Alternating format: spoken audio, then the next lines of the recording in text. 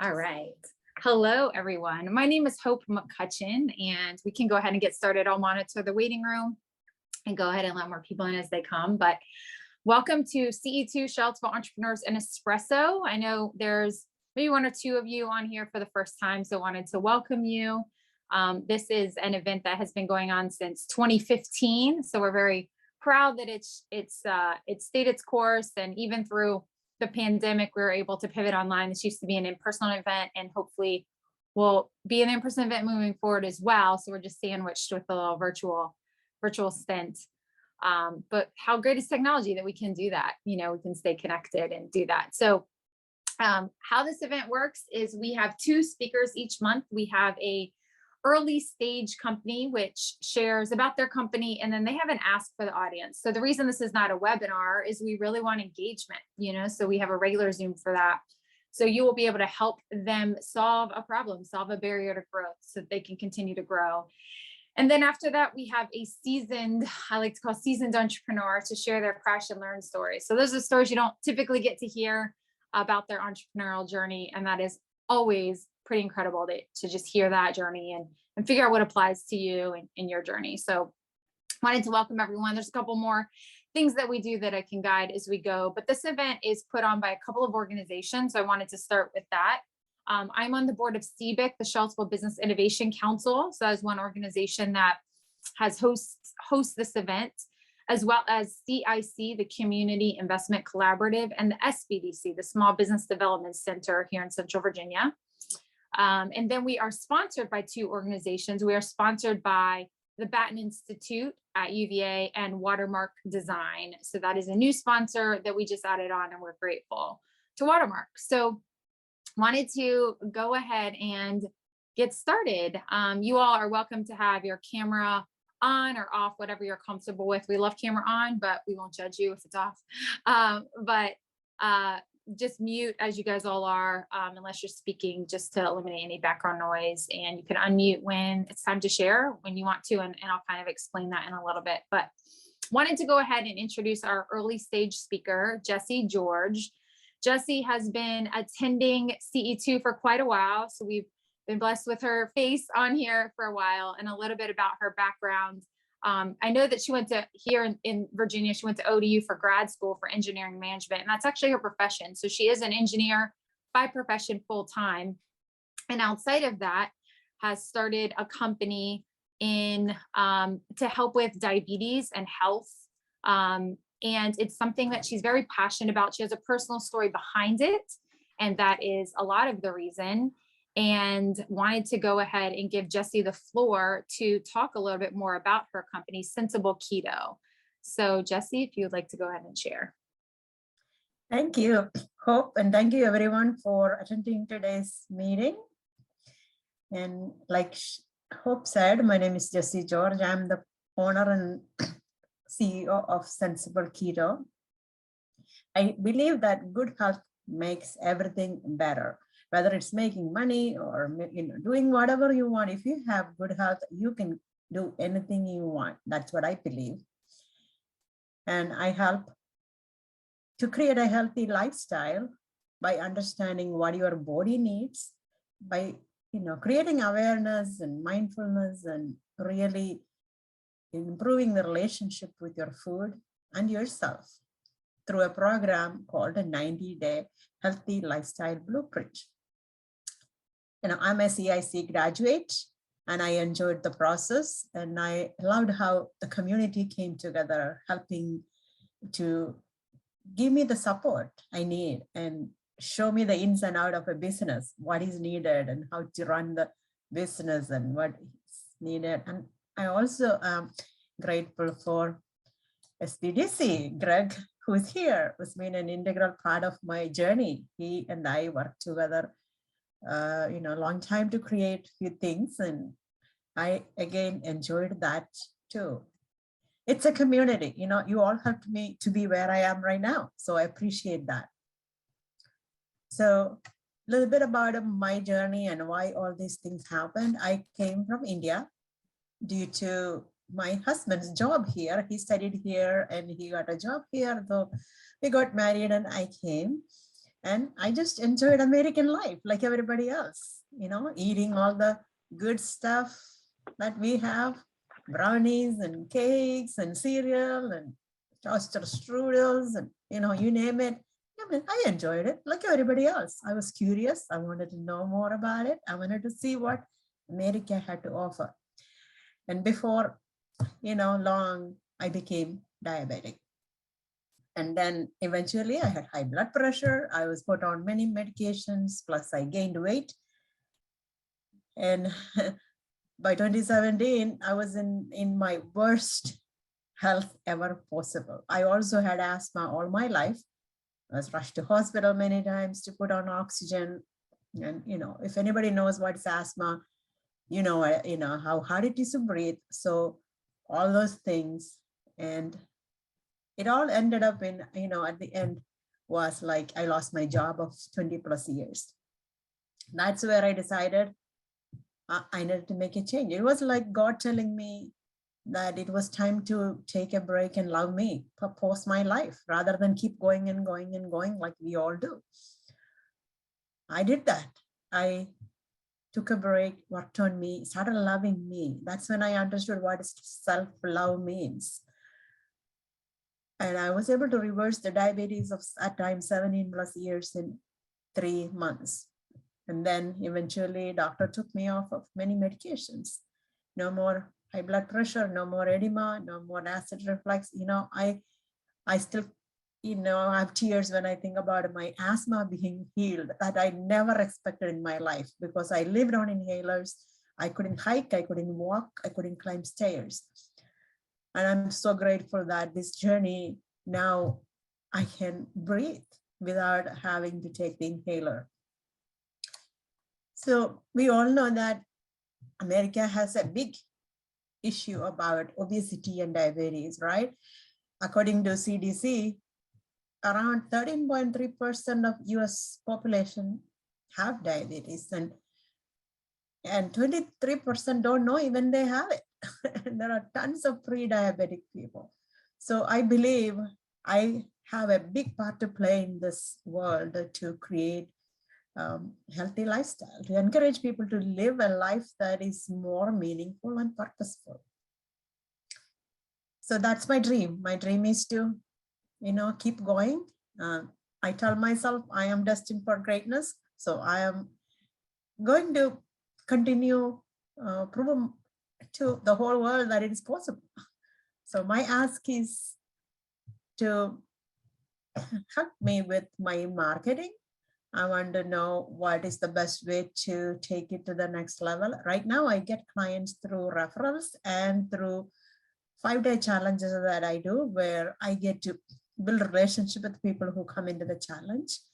So they get to know me. I believe that it's important for people to know me before they can sign up for something with me or work with me. So I try to build relationships through different ways by connecting with people. And yeah, if you have any questions, I am here to answer. And thank you very much, Jessy. I appreciate that. And just hearing your story is incredibly empowering. And just those timelines as well is pretty phenomenal. And I'm sure that really attracts people. Can you talk a little bit more about the actual business? So you have it's basically a program, right? That people. I have a program called a 90-day healthy lifestyle blueprint. I work with people for 90 days.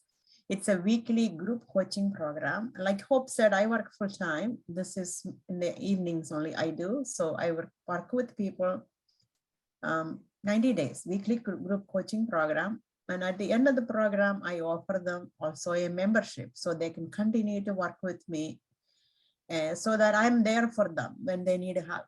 People often fall back into their old patterns. So I'm there to hold their hands and bring them back up to where they were. Yeah, in my program, it's called a blueprint because at the end of the program, you create a plan for your, life, not just meals. You will know how to do a morning routine, how to do affirmations, how to do, mindful eating, and how to create a routine in your life where you can thrive, whether you do business or not. It's it's time management and teaching people how to prioritize their life. It's a whole thing, but they will reverse diabetes and, you know, all those things if they continue or if they do that 90-day program, because I do teach how to eat better. That is the main component in addition to mindset and movement. Mhm.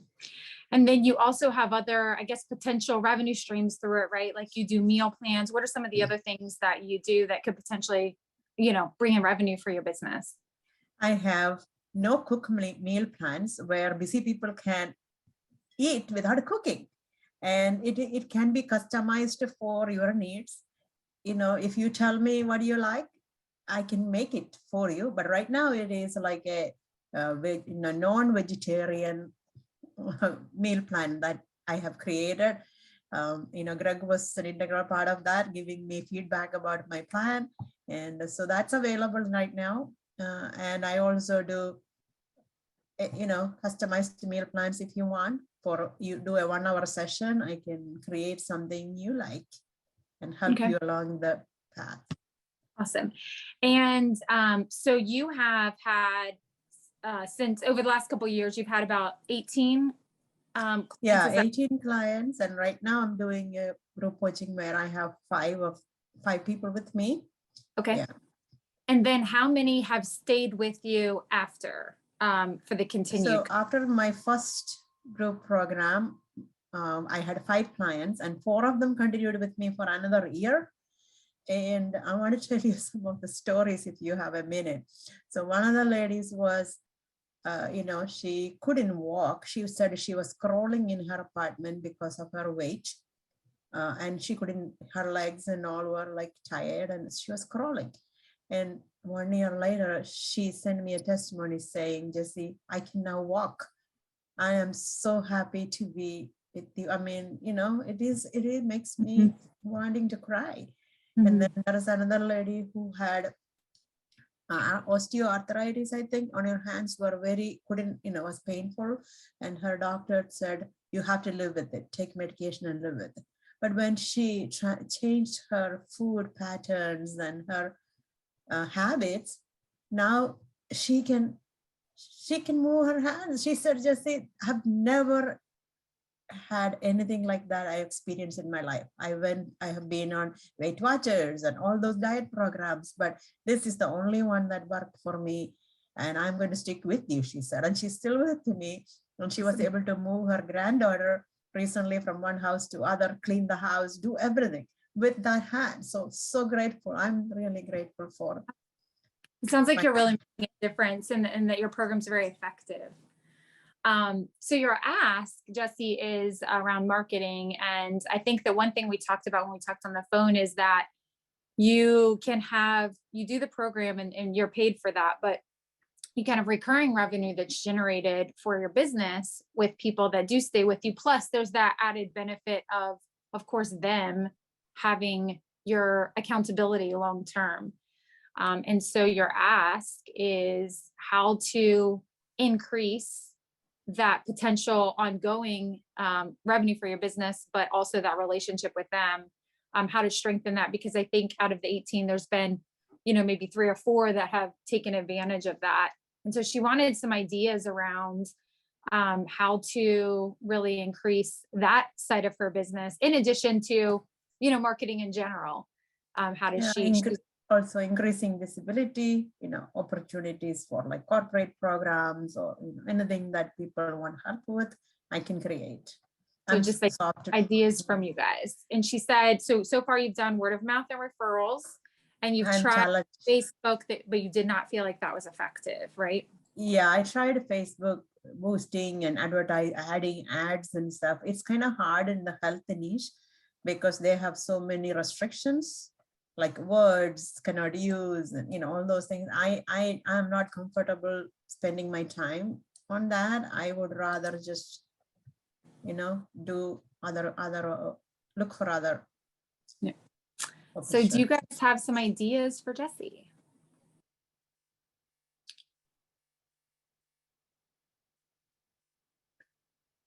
Jessy, do you do any sort of referral program? Do you incentivize referrals? Yeah, once my clients go through the program, because I want them to know me and bring the results, right? After they get the result, the next program when I offer, they get to make 20% of whoever they bring, and I give them affiliate links.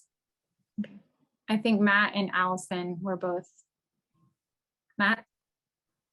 So I was actually speaking last month and my ask was very similar. So I started over the past month experimenting with like different ways to try to strengthen those like build relationships with my, hopeful future customers. One thing that I found really useful, I don't know where your customers live, but a lot of mine live in various different Slack communities that I found out. But jumping in there, answering questions, and, just generally trying to be helpful eventually led to a number of like organic leads. So they just ended up coming through. Repost, I don't know if you post content either, but posting content and, blasting it to all those different like more private communities is a good way that I've found pulls in more customers as well. But those are things that I've tried over the past month that have been working out pretty good for me. So that's great. I like to focus on LinkedIn because my ideal clients are professional people like me who sit in front of desk computer all day long and struggle when they get home, not knowing, what to eat, how to do things, how to move their body without going to the gym or, eating without deprivation. Allison, did you have thoughts? Yeah, I was just going to say the social media thing, I understand because I struggle to get myself onto social media a lot. But there's so many people out there that are really good at social media. And if any of your clients are really good at social media, maybe they would be willing to help you, like especially for a discount, do a little bartering because, one of my clients, I'm fortunate, really fortunate that a lot of my clients are, a heavy proportion of them are retired business owners. And so they've just been so helpful to me. And, one of them tells me and is grinding on me all the time about how I need to fix my social media presence. So I don't know, maybe a client would be willing to kind of start really getting it out there, taking pictures, meal plan, and before and afters and meal plans. And maybe one of the clients would be interested in sitting down on Facebook and Instagram and Twitter for you. It's a really good idea.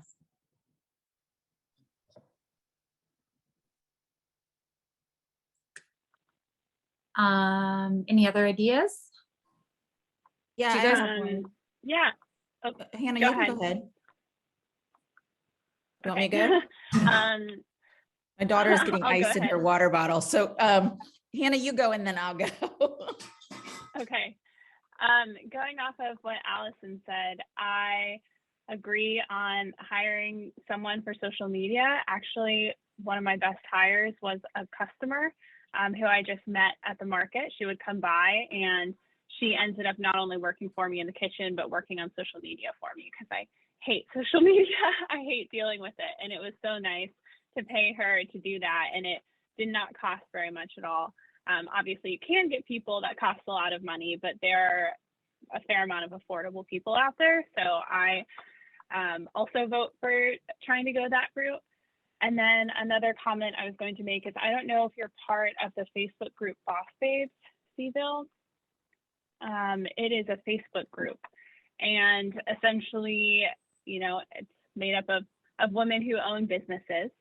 And you can share about your business there. And people also frequently post asking for advice. So that could be just one avenue to kind of like Matt mentioned, to post about your business, say, hey, trying to get more people, just, if you want to share this or ask for specific advice too. I mean, obviously you're here to talk about your marketing needs, but you could pose that question in another group as well. What was the group, Hannah?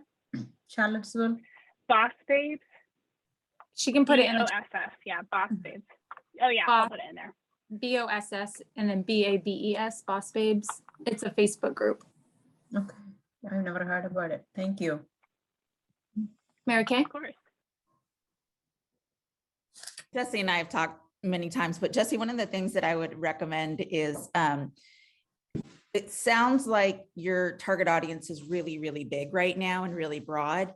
And I think the more you can niche it down and really have a very clear persona of who it is that you're targeting. So are you targeting men? Are you targeting women? Are you targeting both? Is there a specific age group? Is it within a certain demographic area? Or is it something that you're doing virtually so they can be anywhere? So the more you can narrow that focus down so that you get to a place where you maybe have one or two personas.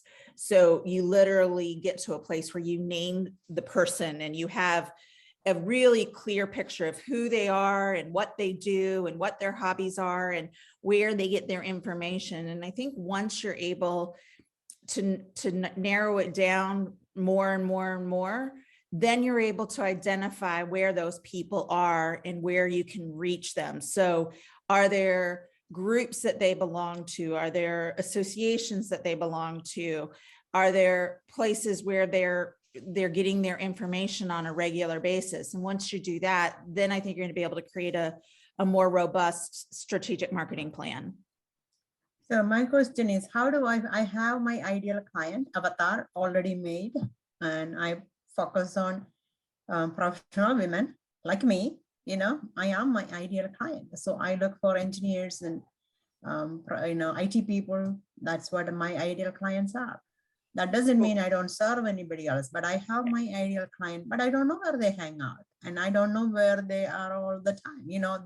The aspects that you said to find out, but I don't know what to find. Like I am an engineer and I don't know about all the. I hang out on Facebook and LinkedIn. That's where I thought they will, but I find it hard to find them. I mean, I would think I would look at places like, if you're looking at women in particular, women in technology, or, places like when you're working in your professional field, where are you getting information? Are there groups? Are there conferences? Are there things? And just start thinking about, are there blogs that you follow that you feel like are providing information for you from a professional perspective? So really it's just really digging and trying to find information about lots of different, spreading your web pretty wide, and then digging.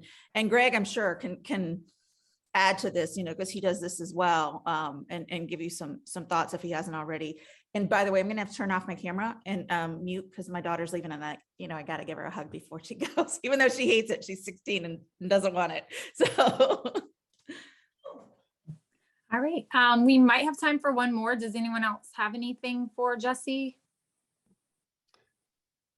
This is Chris, just to build on what Mary Kay was saying, and Jessy, I noticed on your LinkedIn profile that you were invited as a guest on a podcast. I think that's as you identify and kind of hone in more on your target audience, seeking out the podcasts where this audience tends to participate or listen. I know I certainly listen to a lot of podcasts on lifestyle medicine and so forth, that maybe by sharing your story the way you shared it with us at the beginning of this call, and then elaborating on your product and your service and so forth, that just by being on the podcast, you may pick up a following and specifically even a few actual clients who'll reach out to you later. Yeah, I've been doing that. I'm using podcasts and interviews as much as I can. That's a really great idea too, because your story is very powerful, like what he just conveyed. And it's hard to sometimes convey that on a website, but if you can, voice to voice with your passion that comes through when you tell your story, for sure, as well as some of those testimonies, people are really attracted to stories. So it's great. All right. Well, thank you very much, Jessy. And it's good to see, I'm glad Matt mentioned this, but there's a number of you guys who have shared in the past, you know, you've been our early stage, Matt, Allison, Trisha, I think Mary Kay will be in the future. So good to have you guys back. All right, so let's transition to our Crush and Learn speaker, if you will, Chris Little, who just spoke up. I appreciate your participation there. So a little bit about Chris. He's a native of Ireland. I don't know if you can pick up on his accent a little bit. I did the first time we talked, but Chris has his undergraduate degree from, it's in computer science, as well as a master's in software engineering from the University of Scranton.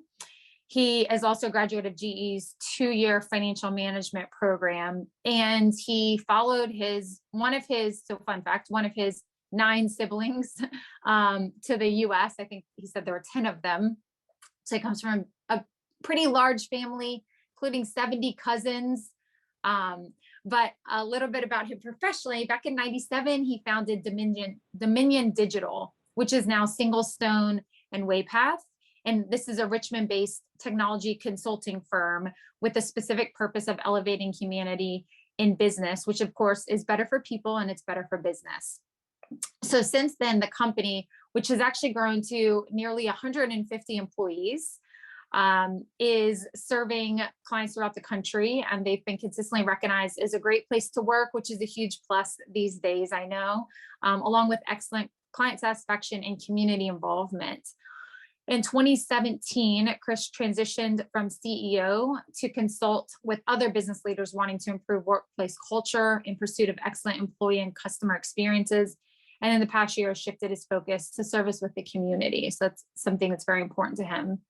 He's served on a number of nonprofit boards, at present via the Virginia Institute of Autism and the Hospice of the Piedmont.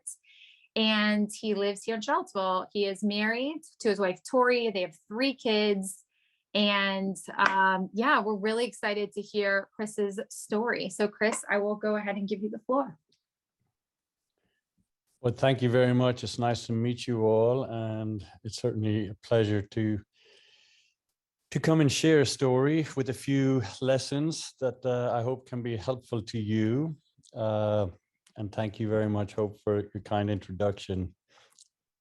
If I had only 30 seconds at the podium right now, my single piece of advice would be read Simon Sinek's book, The Infinite Game. I believe that is one of the best books out there to help an entrepreneur really understand how the role as an entrepreneur and a business leader kind of integrates with their life and the bigger meaning of life, not just their life, but the larger picture. And there are some phenomenal lessons in there, great stories, but also some very specific tenets with respect to how to build and cultivate a company that can bring real meaning to the entrepreneur and also real meaning and service well beyond. So a few of my lessons are consistent with some of what Simon outlines in his book. I learned them through the School of Hard Knocks along the way, and he describes them a lot more eloquently now with a variety of stories. But and some of my lessons I'm going to describe for you as ones that I learned the hard way, but other ones, thankfully, I didn't have to learn the hard way. Either intuitive or just pure intuition or pure luck kind of got me on the right path early on. And I'll say that one of the things I feel good about was that from the day the company was founded, we had a purpose that was and a sense of meaning that was much more kind of about balance sheet and P&L and all that kind of stuff. So I often tell people the story that it wasn't my idea to found the company, but it was my idea to found this company. In that a group of friends came together in '97, and one of them said, "Hey, we got a lot of e-commerce skills. We've worked with startups. We've worked with Fortune 50 companies. We got a lot to offer. Let's start a company." And I remember thinking in my late 20s, when I was still very far away from being a parent, I remember thinking, I sense that these two roles of an entrepreneur and a parent are actually quite similar. And if I say yes to this invitation to found a company, I will be embarking upon a journey in which I will experience my highest highs and my lowest lows. And so what's going to make that worthwhile? And, you know, money and prestige and all of that stuff didn't really register that much with me. I really wanted something that in my heart just felt that you know, that really resonated with my sense of personal mission and purpose, and that was kind of more coming from the heart and then from the head.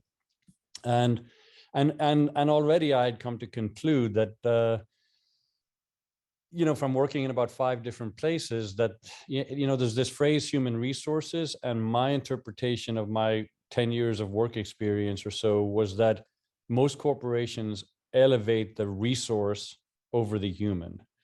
And in my view, if we elevate the human over the resource, not only will that be better for the people, but it will also be better for business. Now, thankfully, many years later, 24, 25 years later, a number of other companies are doing this, and they are beacons and great examples.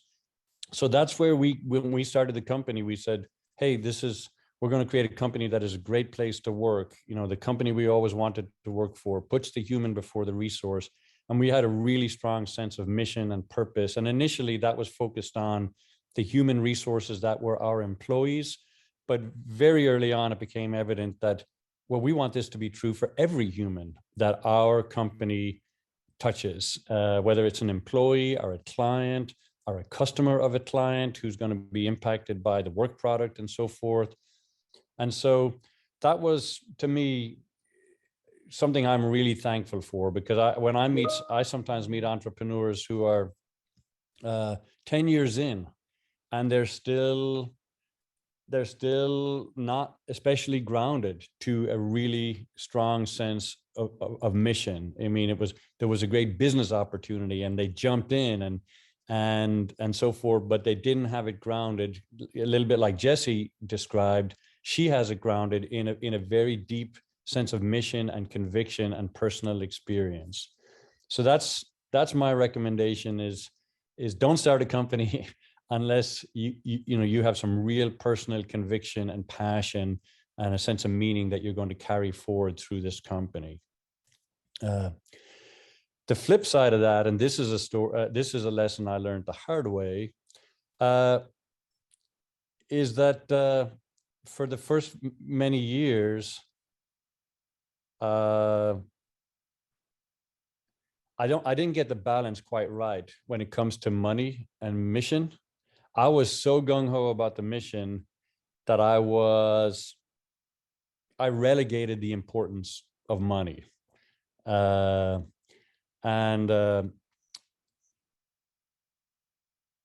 In their book, Built to Last, which is an old book at this point, Jim Collins and Jerry Porras, in their book, Built to Last, they're talking about kind of the characteristics of visionary companies. They introduce a metaphor along the lines of, profitability is like oxygen. It's not the meaning of life, but it's necessary to live. And when I read that, a light bulb went off for me, in that I focused so much on the meaning of life that I was sometimes relegating and even ignoring the oxygen supply. And I was beginning to realize that I was kind of cultivating a culture that was similar, that sometimes money was a dirty word. And we talked about profitability, and in our consulting company, we talked about the importance of utilization, and basically how to improve certain levers to drive economic stability first, and then something a bit more. It took a long time to turn the culture around and get everybody really understanding that if there isn't a healthy, if the money component isn't healthy, then the mission component is also at peril. And so striking that healthy balance. Now, a lot of my coaches over the years have said that that was the opposite challenge that they had with other entrepreneurs, the mission was the money. And it lacked a greater meaning and an appeal for employees who wanted to be connected to something more than just money. So I think that's something all entrepreneurs should be thinking about, is understanding that, yes, you know, money and mission are both important. How do you strike that right balance as it relates to your particular organization? Another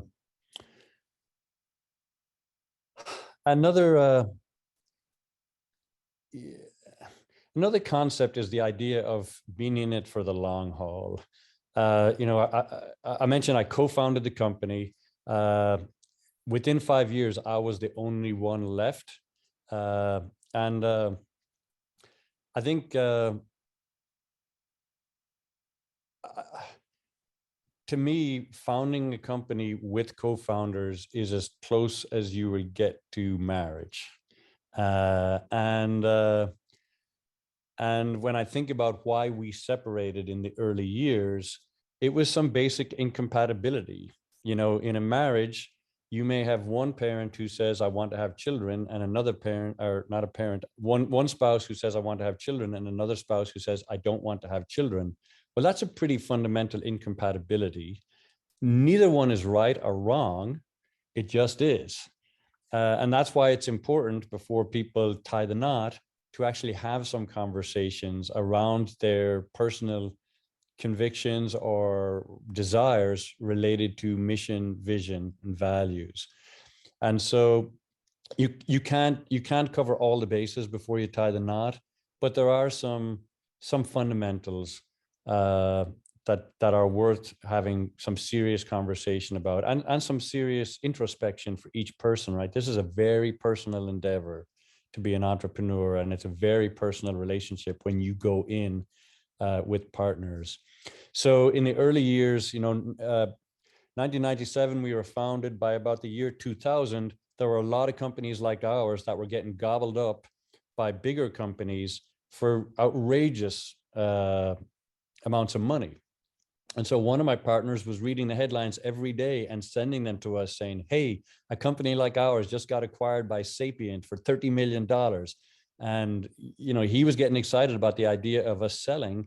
And where I'm reading books like Built to Last, thinking I want to build a company that is going to endure for a very long time. And so, of course, at the time, I thought I was right and he was wrong. In retrospect, I realized neither of us was right, neither of us were wrong. We just had very different visions for what we wanted from the company. Thankfully, we are now friends after, you know, divorces can be rocky. But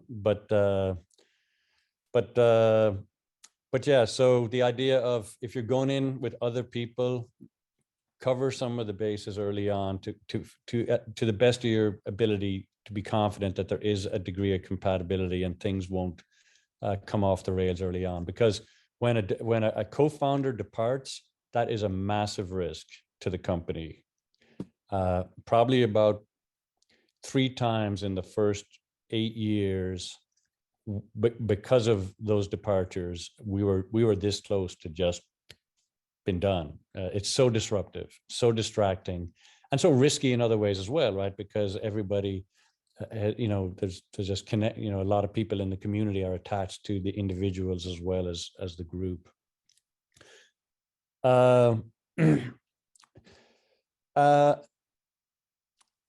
Coming back to the long haul, thinking the long haul, in the early years, a lot of people would kind of pat me on the back and say, wow, you founded a company, congratulations. And I remember thinking back then, going back to the parenting analogy, and maybe I was a little bit too critical and not inclined to celebrate the first step. But I remember saying, founding a company is like becoming a parent. The job is not done until 1, the child is thriving, 2,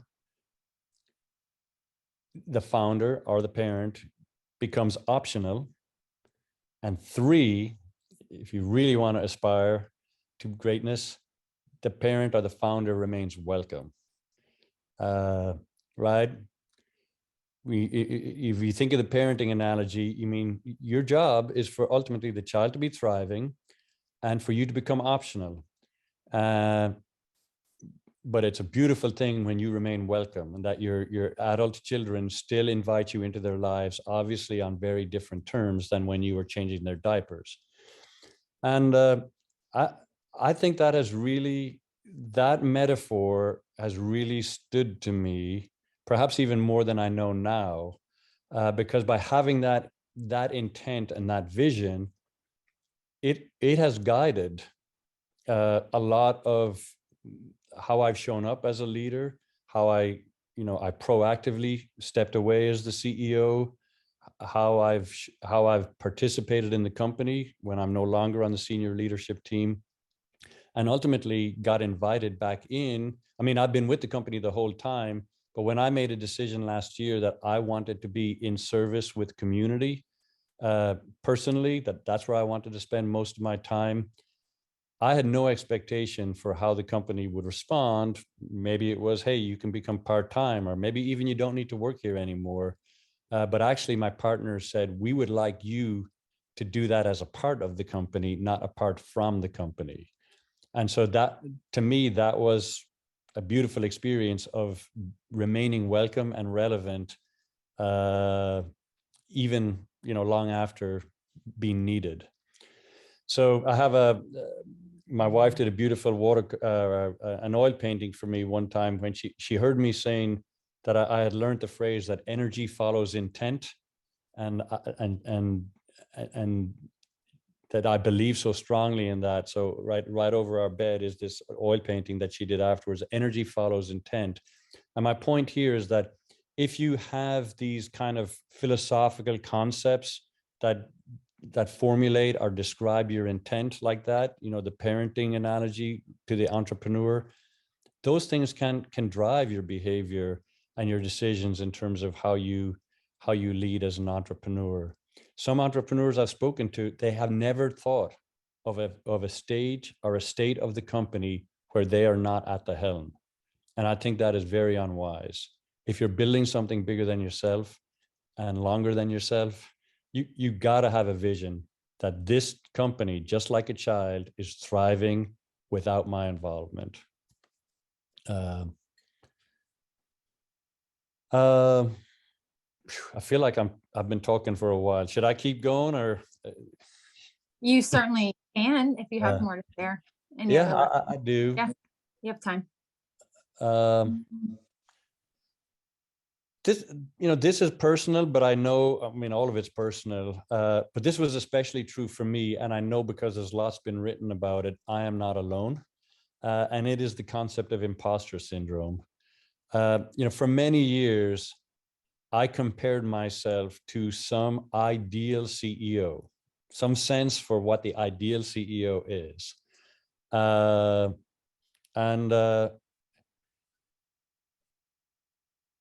oftentimes felt like that there's somebody better, I'm not qualified, and somebody else should be running the show, and all of that kind of took a toll. It was a negative energy, and again, I've read about it. Harvard Business Review, many other periodicals write about this, so I know that I'm not alone.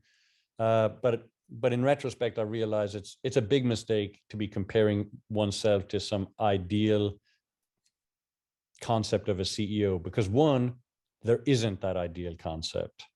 And two, a little bit like parenting, if you start a company around which you have deep sense of mission and conviction and so forth, then at least for some period, you are the right person to be leading the company. I mean, it is a personal endeavor, and even if over time you decide somebody else should be the CEO, it's highly likely that you should still be a leader in the company, because you're still there's still so much of you that's driving that forward. So yes, there are some basic skills that every leader ought to learn to be effective, but ultimately trying to compare yourself against others, and especially against some ideal definition of a CEO is I believe that's a mistake.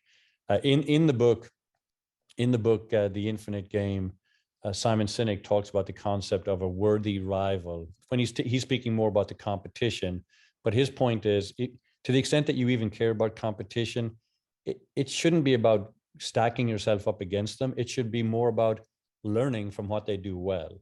And I feel the same way about other CEOs and other leaders. Let's not compare and give myself a 5 out of 10 compared to somebody else at an 8 out of 10. Just look at the person, observe what they do well, and see what we can learn from them. Along those lines, I would say continuously grow yourself. And I mean yourself, the person.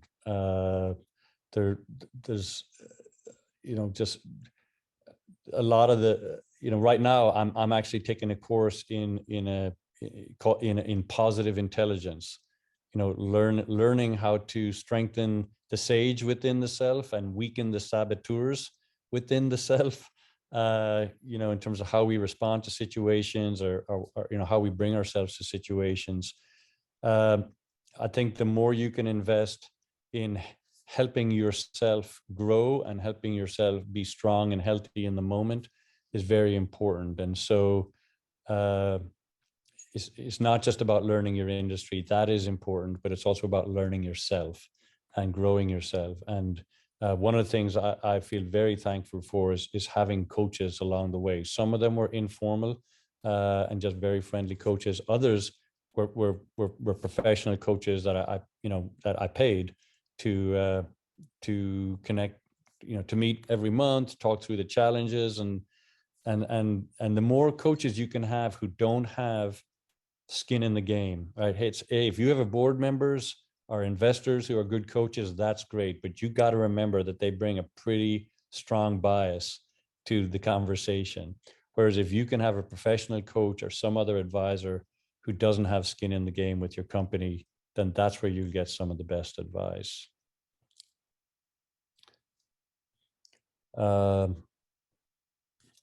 Difficult conversations. I mentioned early on that we aspired to create a great place to work, and characteristics like kindness and others were very much central to that. And for me personally, and I think for us as a culture, because the CEO often hires people and sets the tone of the culture.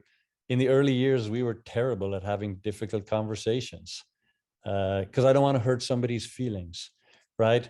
Whereas in retrospect, we know that, hey, if a difficult conversation needs to happen, the longer you prolong it, that is not kind. That is not prudent or practical for the company, but it's also not kind to the person if you're letting them just hang out to dry, basically struggling to do a job well or exhibiting behaviors that the teammates don't like and resent. And so I think that was one of the, how would I say, that was one of the skills that I had the hardest time, learning and being convinced was a healthy and a skill for a company and for a leader. I think my wife would say now that I launch into difficult conversations, like I'm putting on my socks. I mean, it's that easy for me. And hopefully I'm bringing compassion and kindness at the same time. But now to me, it's like, as soon as you see the need for a difficult conversation, you just go in, prepare to be kind and thoughtful, but also be honest and so forth. So if there are lots of great books on that topic, because again, obviously this is true for many people. But that was something that I learned the hard way. And at times I lost credibility with some of my team because I was allowing behavior or just allowing a situation to fester that just wasn't healthy for the group and it was bringing too much stress.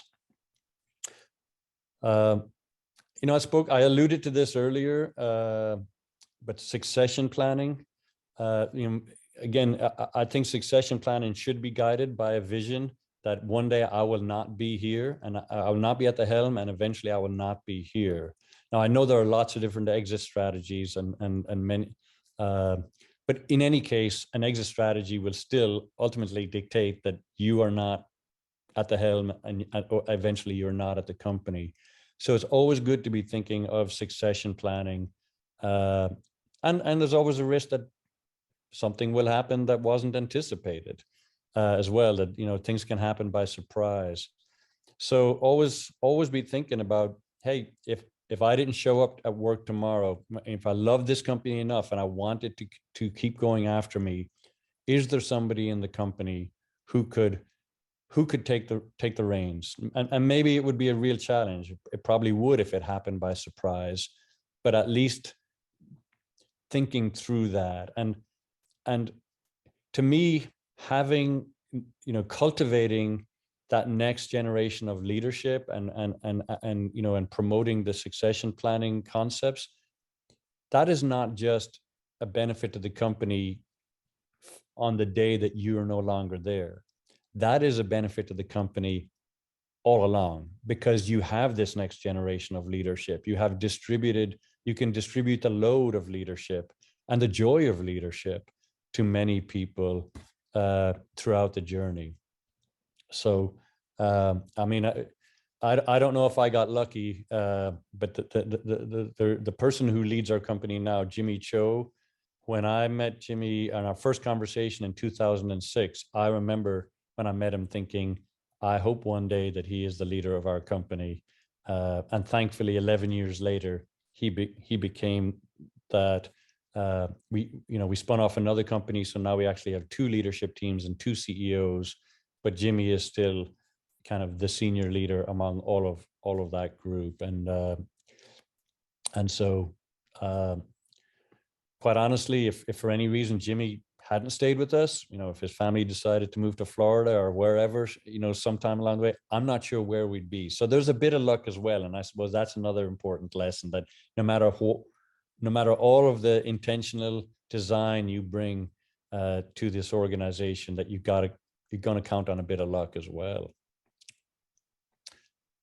And then the last topic I'll speak to, and it kind of comes back to the first one, the idea of having a sense of meaning. Viktor Frankl is a Holocaust survivor who wrote the book Man's Search for Meaning within 10 years of being freed from the concentration camps. And he talks about, in Western society, we seem to be so hung up on the pursuit of happiness. And in his view, happiness is like laughter. It's not something you pursue, it's something that ensues. And in his view, happiness ensues from a life of meaning.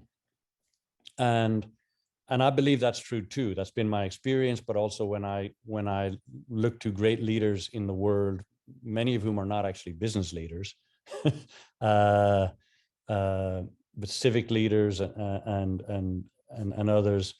When people live a life of great meaning, that seems to be buoyant. They seem to have something, a spiritual richness, for lack of a better term, or that is, to me, is quite beautiful to observe and to witness. And so I spoke earlier about the importance of attaching great meaning to your entrepreneurial venture, and really for that entrepreneurial venture to have been born out of a sense of meaning and mission. And it's important to recognize that if your exit strategy is to be acquired by somebody, that one day that acquisition could very much lead to, you got a big check in the bank, but that waking up to this life of meaning has just disappeared. And I have had a number of friends who were acquired and made a lot of money out of the acquisition, but have really struggled afterwards, because that thing that was bringing them happiness, that sense of meaning and purpose, just disappeared in a matter of a few days. So I encourage folks who are contemplating an exit strategy of that nature to really think through, what am I going to get? What am I going to lose? And overall, be as confident and sure as you can be that this is what you want.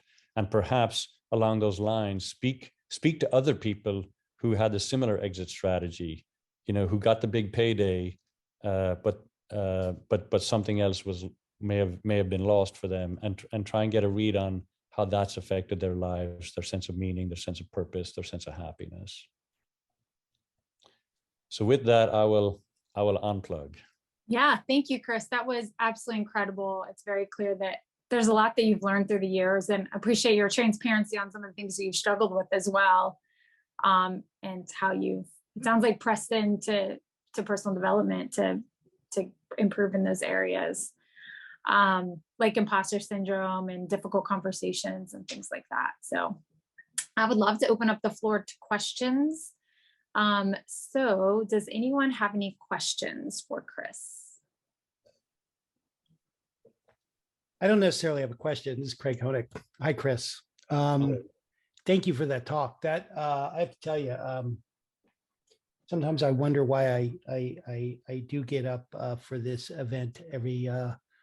Well, I'm already up, but I mean, spend time at this event, and then I realize it's an amazing event, and that was probably one of the best talks that I've heard, I think, in Ce-2. And for this reason, somehow you have communicated something that is kind of peculiar in our culture, and we're experiencing it right now. I think that this idea that somewhere along the way, our profession or business was somehow separated from our personal lives, or we had our business selves and our personal selves. And, even to the point where you couldn't, for a lot of different reasons, really inquire too far into someone's personal life, or somehow it was separate.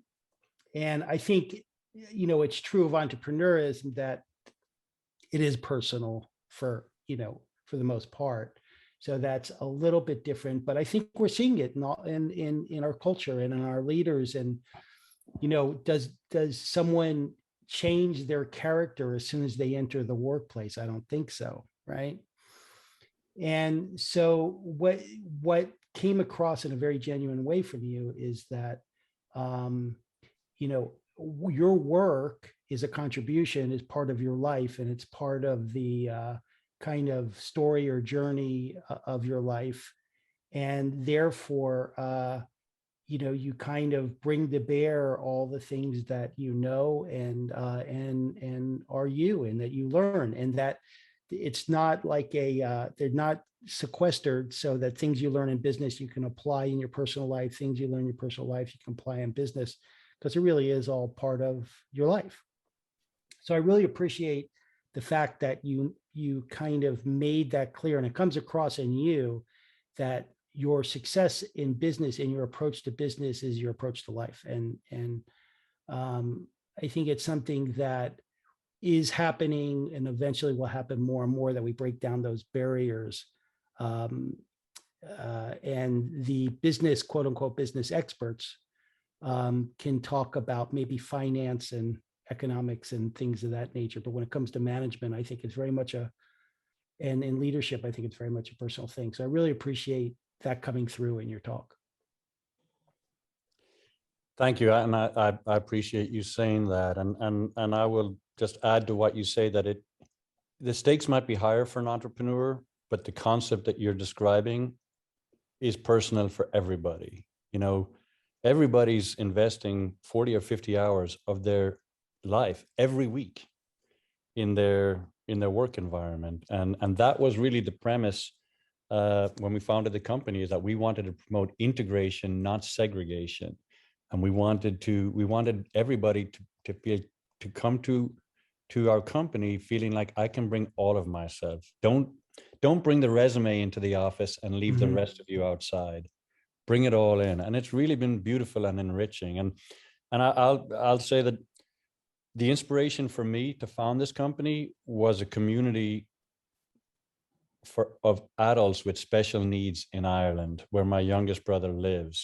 And just visiting that community, I saw a lot of this firsthand, where the whole self was invited to be present, and the whole self, and each person was, whether they were able-bodied or disabled or whatever word you want to describe, everybody was considered to have special needs and special gifts, and nobody was considered higher or lower than another. They were all on equal footing. And that community had a strong influence on me kind of wanting to bring some of that ethos and experience to the corporate world where I saw it lacking. And you can't do that if you don't value the whole person. Yeah, very impressive. Thank you. Yeah, thank you. Mary Kay?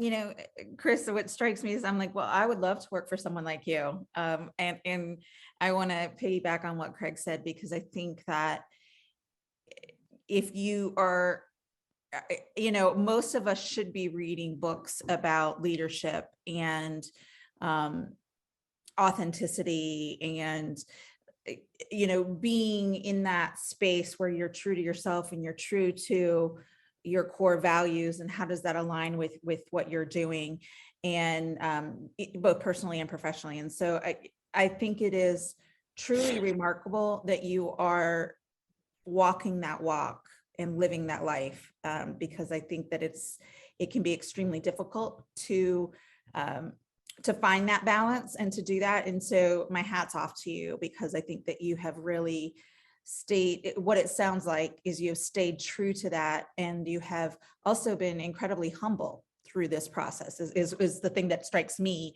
I don't know you, but everything you say comes from a place of, it sounds like it's coming from a place of humility and grace, and it's just truly remarkable. And so I just wanted to say thank you, because I think it's an inspiration to everybody to know that you can be successful and still do these things that are core values and important to you.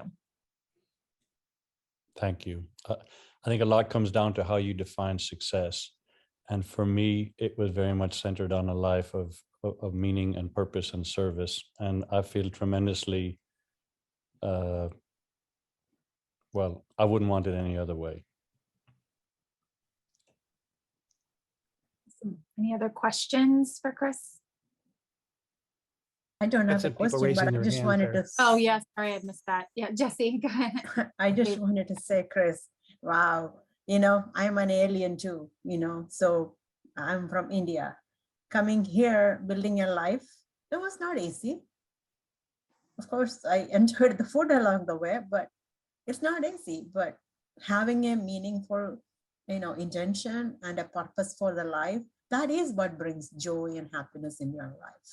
And knowing that you are here to serve others, to help others, and bring meaning to other people's lives. So personal development is an integral part of my coaching. That's how I start.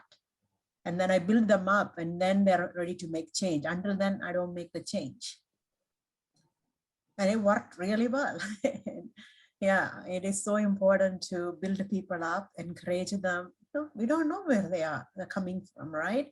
Everybody has challenges in their life, but we can all find a little nugget in that and be grateful for what we have and continue to improve that. I appreciate your presentation. I can so much relate to your passion and your purpose here. Thank you. David? Yeah, so my question is about the source of the meaning. So when you're in charge of a company, you're both in charge of like keeping your customers happy and, you know, keeping your employees happy. So I wonder like what that balance between making like a good product or service and that being the meaning versus creating like a community within your company is the source of the meaning. And maybe does that change the higher up you go or as the company ages? Like once you get higher up, then you're like, okay, I just need to make sure everyone's happy, and then they'll make the actual product.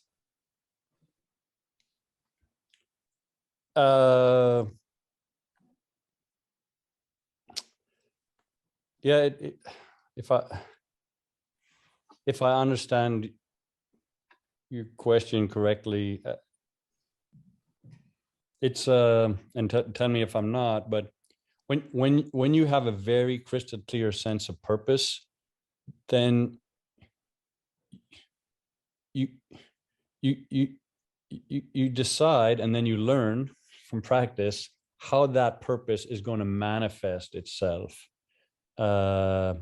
in various segments of the, of the people that you affect. So for instance, when we started the company and we thought about, it was really centered about being a great place to work. But really the first time we met a new client, I mean, the light bulb went off for me that says, for the reasons we want this great experience to be true for our own people, of course we want it to be true for our clients too. And as a matter of fact, if it's not true for our clients, it's highly unlikely to be true for our people, right? If you're in the service business and every day you're working with clients who are dissatisfied with you, you're not likely to be feeling good about yourself. And so to me, it's about being clear on your purpose, see how that may manifest itself differently for different segments of the community that you serve, but understand that if you get it right, I think these are going to be kind of mutually serving and symbiotic. So the happier our clients, the happier our people. Now, there times come when there are tensions in terms of, as a leader, you got to ask your team to step up and work a weekend or something like that to make up for some lost time, and those happen. And I think a lot of the times that when they happen and that tension exists, as a leader, it's helping people see the big picture and hopefully feel like whatever sacrifice they're making today is worth it relative to the big picture, and it's not a sacrifice that they're going to be expected to make over and over again to the point where they become miserable. So in some of the coaching I've received over the last 10 years, the shift from either or to both and has been really helpful. So it's not happy clients or happy employees, it's happy clients and happy employees, and how do you pursue that formula? Okay, yeah. I'm in manufacturing, so I'll need to think about how that works, because in my case, the harder you work, the more happy customers you have, but there's a limit to how many things you can put together. So that's something for me to think about. So, yeah. All right. Well, after this, we are going to have both Chris and Jessy in breakout rooms. So if you have more questions or comments, definitely head over there after to chat with them a little bit more. So thank you. Thank you very much, Chris. Like Craig said, it was phenomenal. We really appreciate you coming in.